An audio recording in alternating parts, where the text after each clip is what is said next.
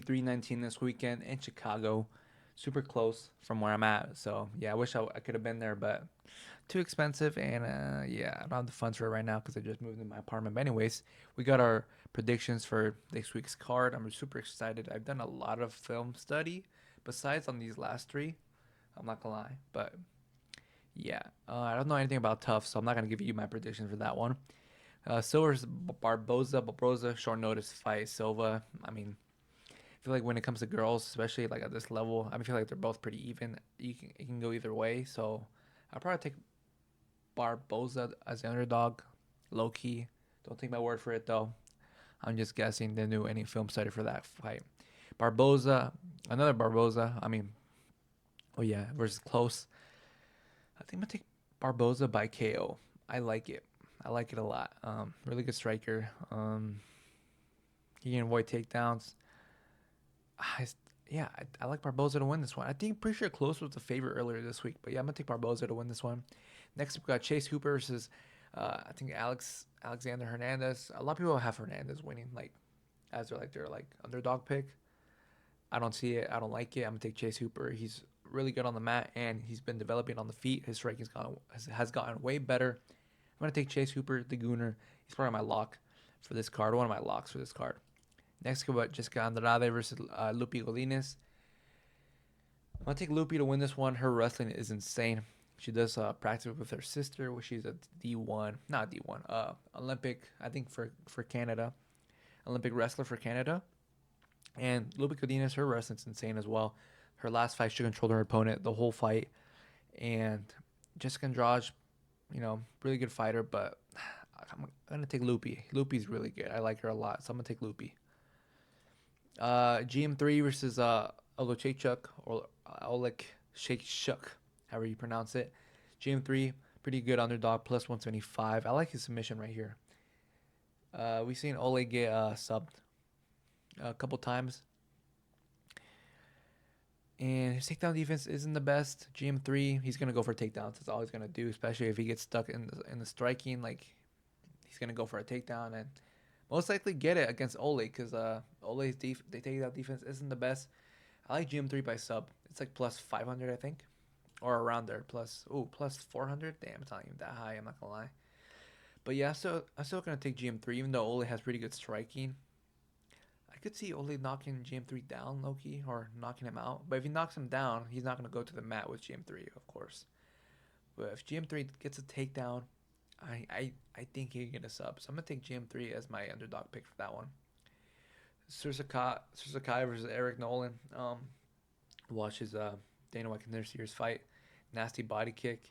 I think he gets it done. I watched Nolan's past two fights. He gets clipped really easily. Not easily, but he gets clipped. And I think Sursakaev is gonna take advantage and yeah, put it on him and KO him. I think he's gonna get KO for sure. Sursakaev. I'm seeing a lot of people pick Eric Nolan, but nah, I don't like it. I got Sursakaev winning. Tim Elliott versus Asakura. Tim Elliott lets his chin out a lot. Asakura's gonna take advantage and knock him out. I got Asakura by knockout. Ooh, plus 160. Damn. Yeah, I got Asakura by knockout. Tim Elliott's game plan is gonna want to take down Asakura. If he does, Asakura got held down by Patoja for like what 2 rounds and got subbed. So Asakura probably has been practicing in his grappling. He does grapple a lot, or not grapple. He does grapple. He does have some submission wins, but I feel like Tim Elliott's game plan or only win here is by grappling. But nah, I got Asakura winning by KO. Next up, we got Jared Cannonier versus Michael Venom Page. MVP, of course, his striking is really good. It's super hard to get past that, pretty much that wall of MVP. Just so unpredictable on the feet. Like Jared Cannonier's gonna have a hard time trying to close in and get it dirty. Trying to look at the reach. Okay, damn. Jared Cannonier has more significant strikes than MVP. Okay. If he goes to the mat, I think MVP can get up. He got held down by Ian Gary and won 1 round and then I think the last round was pretty close as well. But yeah, I'm gonna take MVP minus 195. Not too bad. I like his MVP by decision plus 105. Maybe we could see a KO, but I feel like Jared Cannonier is pretty hard to KO, so I'm gonna take MVP. Next, we have Gael Neo versus Carlos Prates. I like Carlos by KO a lot in this fight. We saw his last fight against Inger really impressed me. I was there live in Kansas City watching it. He really impressed me in that fight because all I thought he was a striking machine, honestly. But he's good on the mat. Obviously good on the feet. Has heavy hands. Neil though, I feel like he could. I feel like I don't know. I like Neil a lot too. His boxing's pretty crisp. But I think Prates is gonna keep it at range and knock him out. Yeah, Prates has really heavy hands. He almost knocked out Ian Gary in the last round when he was gassed and he was tired. So yeah, I'm gonna take Carlos Prates by KO. I like this one a lot. Aaron Pico versus Leon Murphy. Is that his name? LeRon Murphy. Can't even think right now. Murphy short notice fight. I think like 2 or 3 weeks. Pretty sure 2 weeks. Yeah, it's like a 2 week notice. Murphy, a really good pointing fighter. He's gonna get in there, jab, like leg kicks here and there. He's really strong fighter as well. He's really strong on the mat. He's pretty decent. Aaron Piccolo has really good wrestling, and I feel like he's a more hungry fighter in this one. Murphy, he's a really good fighter, undefeated. I think he's gonna get his first loss in his career in this fight. I like Aaron Pico. Like out of all the Bellator fighters, I think Aaron Pico is my favorite pick. The ones have transferred over from the UFC.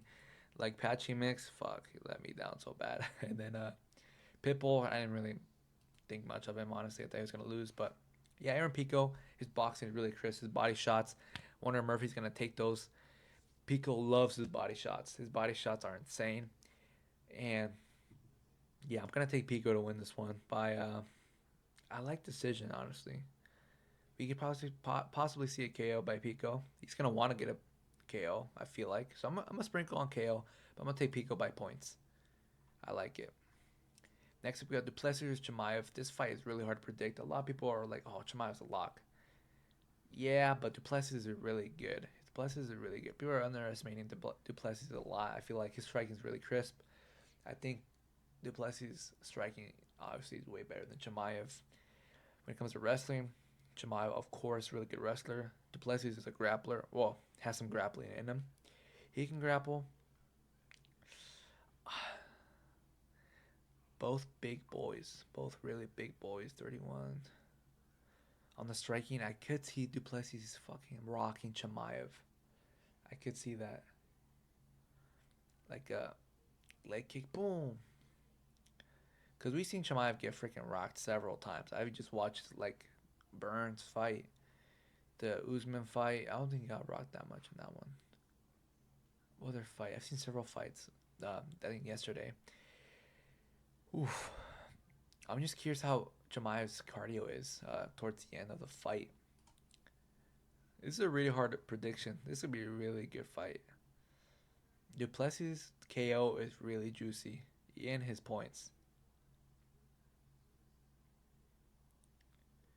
I don't think Chimaev gets subbed by Duplessis. I'm trying to think of like how I see the fight going. That's why I'm I'm not saying shit.